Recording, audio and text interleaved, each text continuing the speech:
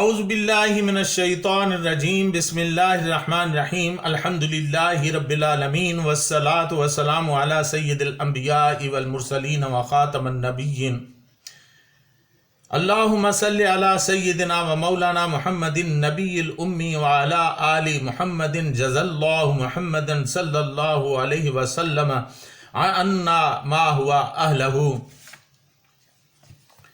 معزز ناظرین السلام علیکم ورحمۃ اللہ وبرکاتہ۔ جاذب پبلیکیشنز میں خوش آمدید۔ میں محمد سعید جاذب آپ کی خدمت میں حاضر ہوں۔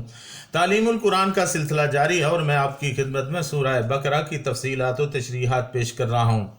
ناظرین، آپ سے گزارش ہے کہ اس چینل کو سبسکرائب کر لیجئے تاکہ میرے بیانات براہ راست آپ تک پہنچ پائیں، اور اس کو لائک اور شیئر بھی ضرور کیجئے تاکہ اور لوگوں تک بھی اللہ اور اللہ کے رسول کا پیغام پہنچ سکے۔ آج کی نشست میں سورہ بقرہ کی آیت نمبر 84، 85 اور 86 شامل ہیں۔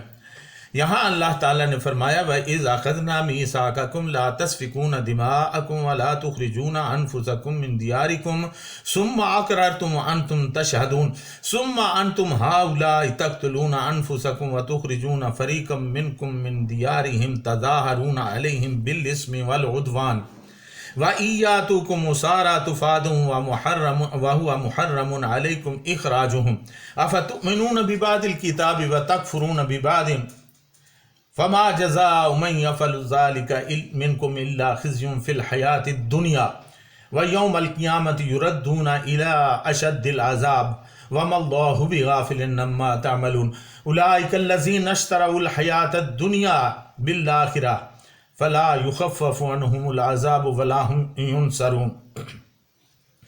اور یاد کرو جب ہم نے تم سے معاہدہ کیا تھا کہ تم آپس میں ایک دوسرے کا خون نہ بہانا اور اپنے لوگوں کو بستیوں سے نہ نکالنا، پھر تم نے اس معاہدے کا اقرار بھی کیا اور تم اس کے خود گواہ بھی ہو۔ پھر تم ہی ہو جو اس معاہدے کی خلاف ورزی کر کے اپنے بھائی بندوں کو قتل کرتے ہو اور اپنی برادری کے کچھ لوگوں کو گھروں سے نکال دیتے ہو۔ ظلم و زیادتی کے ساتھ ان کے خلاف جتھے بندیاں کرتے ہو، اور جب وہ لڑائی میں پکڑے ہوئے تمہارے پاس آتے ہیں تو ان کی رہائی کے لیے فدیہ کا لین دین کرتے ہو، حالانکہ انہیں ان کے گھروں سے نکالنا ہی سرے سے تم پر حرام تھا۔ تو کیا تم کتاب کے ایک حصے پر ایمان لاتے ہو اور دوسرے حصے کے ساتھ کفر کرتے ہو؟ پھر تم میں سے جو لوگ ایسا کریں ان کی سزا اس کے سوا اور کیا ہے کہ دنیا کی زندگی میں ذلیل و خوار ہو کر رہیں اور آخرت میں شدید ترین عذاب کی طرف پھیر دیے جائیں۔ اللہ تعالیٰ ان حرکات سے بے خبر نہیں ہے جو تم کر رہے ہو۔ یہ وہی لوگ ہیں جنہوں نے آخرت بیچ کر دنیا کی زندگی خرید لی، لہٰذا ان کی سزا میں کوئی تخفیف کی ہوگی اور نہ انہیں کوئی مدد پہنچ پائے گی۔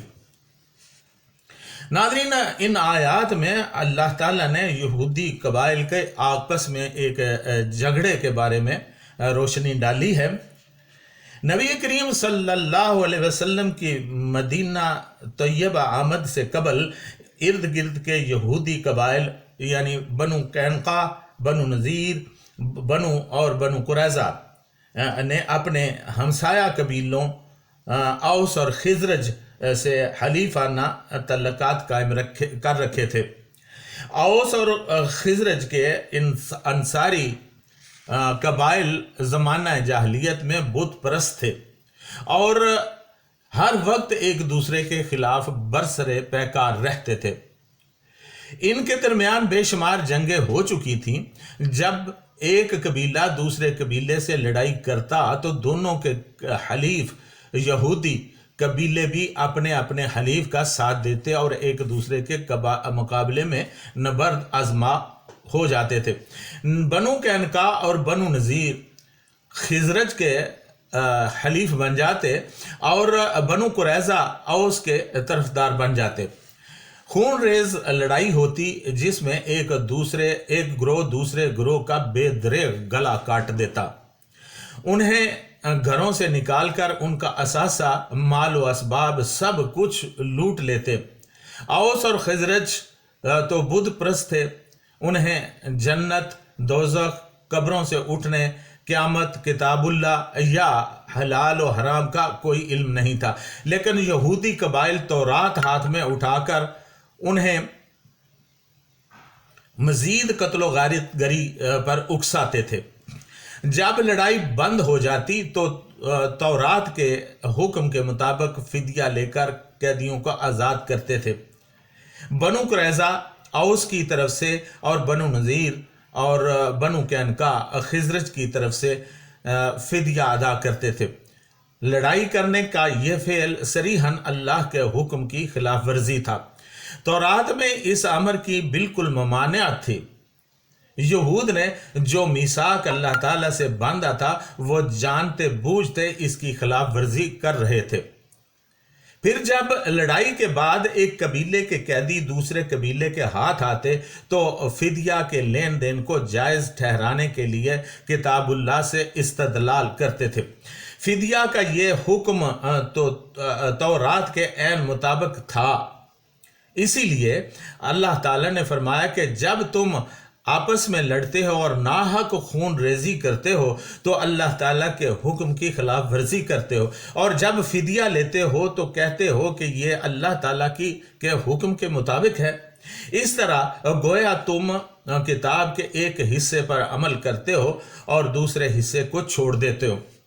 اس کا مطلب یہ ہے کہ تورات کا جو حصہ تمہارے مفادات کے مطابق ہے اس پر تو عمل کر لیا، اور جس میں نقصان ہو اس سے انکار کر دیا، اور دنیا کے چند ٹکوں کے عوض دین کو پس پشت ڈال دیا۔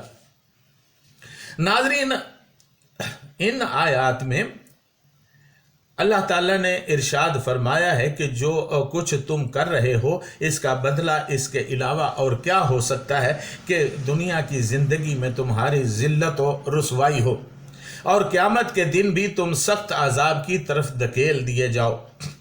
یہ دلوں کے ہلا دینے والا اعلان ہے۔ صاف ظاہر ہے کہ اگر دنیا میں کسی معاشرے اور قوم کے لیے ذلت و رسوائی ہے تو یہ انہی کے اعمال بد کا نتیجہ ہے۔ لہٰذا دوسروں کو اپنی بدقسمتی کا قصور ٹھہرانے سے پہلے بہت بہتر ہوگا کہ لوگ اپنے اندر جھانک کر دیکھ لیں، ورنہ پھر انجام وہی ہوگا جس کا اعلان اللہ تعالیٰ نے اس آیت میں کر دیا ہے۔ ناظرین، یہ تو قرآن مجید کی آیات اور ان کا ترجمہ، ان کی تفصیل و تشریح ہے۔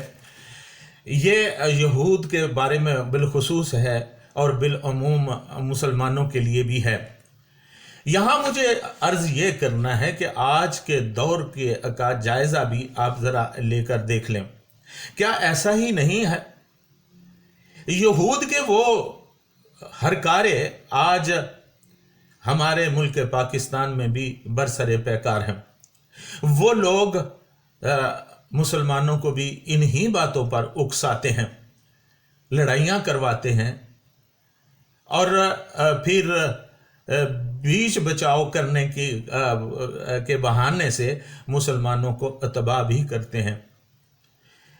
آپ ذرا انتہائی غور سے ان آیات کا ترجمہ اور ان کی تفصیل جو میں نے عرض کی ان کا جائزہ لے تو آپ کو سمجھ آ جائے گا کہ کس طرح یہودی عناصر آج بھی ہماری جڑوں کو اکھیڑنے کے درپے ہیں۔ میری دعا ہے کہ اللہ تعالی ہمیں ان سازشوں سے بچائے۔ اللہ تعالیٰ یہود اور یہود کے جو ارادے ہیں، مذموم ارادے، ان سے ہمیں بچائے، اور اسی طرح صہیونی طاقتیں جو بھی ہمارے مسلمانوں کے خلاف برسر پیکار ہیں، اللہ تعالیٰ ان کے شر سے ہمیں محفوظ رکھے۔ اس کے ساتھ ہی میں اجازت چاہوں گا، وما علینا الا البلاغ المبین۔